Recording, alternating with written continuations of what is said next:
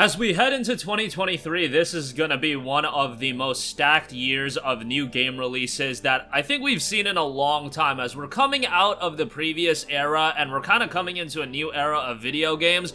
There's gonna be a ton of stuff coming out, and you look at the calendar lineup for the first 3 months, it's absolutely loaded with big releases, whether it be of long-running IPs, whether it be from smaller studios, smaller publishers, or new IPs from bigger studios and bigger publishers. You've got something really from everyone and something for everyone. And in this video, I want to highlight one of the major games of early 2023. It's a brand new IP. It's been a long time coming, saw a couple of delays, but in this video, we're going to highlight everything you need to know before you drop your $70 on Forspoken, as it's being released in January for the PlayStation 5 and PC. No PlayStation 4 release. You're going to see that more and more as we head into 2023. There's going to be some cross-gen games, but you're going to see more and more next-gen only titles, as again, we're heading into this new era, so to speak. Nonetheless, Forspoken, before I get into any information we talk about this game, it's absolutely paramount that if you have even a modicum of interest in this game and you have a PlayStation 5, you owe it to yourself to play the demo.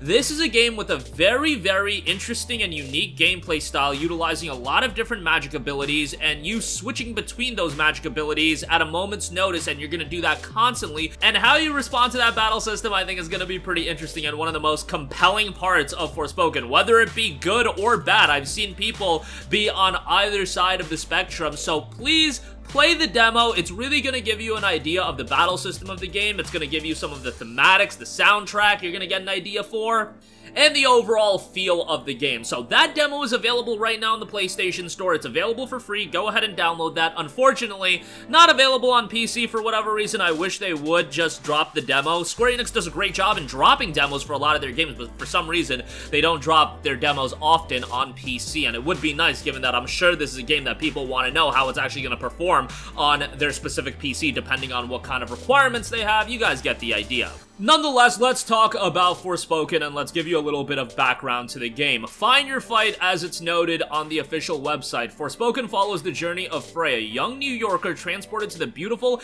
and cruel land of Athea. In search of a way home, Frey must use her newfound magical abilities to traverse sprawling landscapes and battle monstrous creatures. And you kind of get an idea of the types of creatures you're going to be fighting throughout the demo. You fight a variety of different enemies. But on top of the combat, a big element to this game is the parkour and the exploration, and the demo gives you a really good idea of that as well. Frey's unique abilities allow her to fluidly traverse the open world with ease, scale walls, vault across canyons, leap from dizzying heights, and dash through vast landscapes. Using her newfound magical abilities, Frey is not only able to nimbly traverse the treacherous terrain of Athea and explore her strange new surroundings, this magic parkour also comes in handy when she comes toe-to-toe with the multitude of enemies lurking in the corrupted landscape of the Break. You get an idea of the parkour gameplay in the demo. If you hold the circle button, it's very easy to navigate and scale through different terrains, and it makes traversing throughout the world very fast, very fluid, and that's actually one of the more enjoyable aspects of the game. As far as the taste we got in the demo is the exploration of this open world and the various terrains you're going to encounter and how you utilize that terrain and navigate throughout it while also being in battle. It's kind of a unique complementary system to the combat as well, as far as utilizing the parkour. And again, you have the magic combat, which is absolutely the heart and the core of Forspoken. Take on twisted monsters in magical combat with a wide range of powerful abilities, catering to a variety of playstyles, from fast-paced and exhilarating to strategic and methodical. With a wide arsenal of powerful magic at her disposal, Frey can take on the countless twisted foes that lurk in the Break. Mastering multiple magic types enables customizable combat options and numerous ways to fight the enemies threatening the realm of Athea. So you have different magical abilities mapped to the triggers, and you're constantly switching between the magical abilities as well. And if you hold down one of the triggers, you can charge up your ability. It's not a lengthy hold down period, but for example, Frey can throw a fiery spear that'll do an explosion and then do AoE damage as well. And you've got a lot of different magical abilities to tinker around with, so that is going to be something you're gonna have to test and utilize the magic that best fits specific scenarios, because there are some enemies that are gonna be resistant to specific magic types, and then you're gonna have to switch on the fly line. That gets pretty interesting when you are fighting a multitude of enemies, and one portion of the enemies are resistant to a specific magic type, the other portion of the enemies aren't, and you're constantly switching between magical abilities to utilize the abilities that are going to be effective against specific enemies. And when you're fighting several enemies at once, it gets pretty chaotic pretty quickly. There was also a lot of emphasis put onto the combat system particularly, and they wanted to make the magic look incredibly natural, noting we put a great deal of time and thought into how we visualize the spells in Forspoken. First and foremost, we wanted to stay away from having things like fire or rocks just suddenly appearing out of nowhere. While that certainly would have been fun and wouldn't have caused any issues, doing that felt too expected and boring, especially for a game so focused on magic. We decided that every spell would share a common rule. It would start with magic energy and transition into natural phenomena like the aforementioned fire and rocks. Then when the spell is cast, it would reverse back into magic energy before fading away. So they put a lot of attention to detail into the magical combat, and again, playing the demo gives you an idea.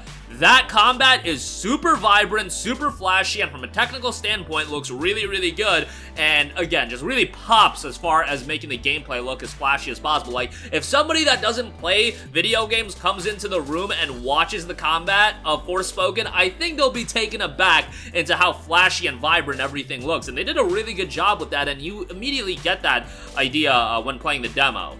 Remember that Frey was a regular New Yorker, and after arriving in Athea, Frey soon learns that this beautiful land once flourished under the reign of benevolent matriarchs called Tantas, until a devastating blight relentlessly corrupted everything it touched. The break transformed animals into beasts, men into monsters, and rich landscapes into 4 dangerous realms. At the center of their shattered domains, the Tantas now rule as maddened and evil sorceresses. Unaffected by the break and desperate for answers, Frey reluctantly agrees to help the last remaining citizens of Athea, who see her as their only hope. With so much more to uncover and experience in Athea, Frey will quickly learn that this magical land and its inhabitants are indeed worth fighting for. And exploration is going to be at the heart of the game. You've got a big world to explore, and you're going to be finding a lot of items, a lot of equipment, a lot of customizable items. It's a sprawling magical world filled with adventure and discovery. On her quest to save this mythical land from the Tantas, Frey will uncover a variety of interesting detours, formidable challenges, and even a few delightful encounters. The world has been affected by a corrupting force known as the Break, and Frey's ability to venture into these blighted areas unscathed proves to be invaluable to the surviving Athenians. Frey has plenty of ways to keep her hands full while searching for a way home to New York, including some very interesting points of interest to explore. So that's a background into the world and some of the gameplay aspects, and you have a variety of characters that have been detailed as well. Obviously, you have Frey Holland, the main character. Frey Holland was used to feeling like an outsider while growing up in New York City, but she is quickly pushed to her limits after being mysteriously transported a strange land with people, places, and cultures unlike anything she has ever seen. When she is mysteriously transported to the fantastical land, she discovers the ability to cast powerful spells and use magic to traverse the sprawling landscapes. With her magical sentient bracelet Cuff, she sets off on a journey to find a way home. Their interactions is going to be a pretty core component to the game as well, and I see some people are not a big fan of their constant interactions. Nonetheless, I think some people will find it humorous as well, but we're gonna have to see how that parlays into the entirety of the game. Frey's journey through this strange and treacherous land will take her deep into the heart of corruption, where she must battle various creatures, confront the powerful Tantas, and uncover secrets that awaken something much more from within. Obviously, you've got Cuff. Cuff appears on Frey's right arm when she is transported, a magical sentient bracelet who guides Frey as she explores the treacherous landscapes of Athea. He is a wit and often jokes cynically with Frey, who is often the only person who can hear his voice. Her new cynical companion Cuff helps Frey navigate through the sprawling landscapes as well. You have Tantasila, the strongest and most formidable of the Tantas, destructive and twisted, all-powerful matriarchs who have dominion over Athea. It's a dictatorial despot who is known for indiscriminately crushing any person, thing that stands in her way. So one of the main antagonists. You have other Tantas as well. Prav, at the center of the Shattered Domains, the Tantas now rule as maddened and evil sorcerers, acting as judge, jury, and executioner of her realm. Prav is judgmental and illogical because she believes everyone surrounding her is wrong and rashly punishes those she considers to be guilty. She deprives her people of principle and true justice. And then you have Olas as the Tanta of Wisdom, Her lust for knowledge consumes her. She uses her magic to absorb people's thoughts to acquire new knowledge and will trap anyone she considers a threat in a world of illusion. So that is just the tip of the iceberg as far as the characters that you are going to encounter. I also want to highlight some specific notes that were noted in a Gamatsu interview with Takeshi Aramaki, co-director Takafumi Terada, and creative producer Ryu Mitsuno. I'll leave a link to the entire interview in the description box below because it gives you a good insight into the game. Remember, this game is headed by Luminous Productions, who worked on Final Fantasy 15. Final Fantasy 15 was another game that technically was very impressive, and I think a lot of people did enjoy aspects of FF15. Ultimately, I think narratively that game faltered quite a bit. However, Takeshi Aramaki, Luminous Productions head of studio and co-director, noted, coming out of Final Fantasy 15, we really wanted to develop a new game, a new IP essentially. With Final Fantasy 15, we felt like we were able to do a lot of world building, and we felt like we did a pretty swell job in the sense of developing an RPG, but alternatively, there were still some challenges that remained on the scenario front.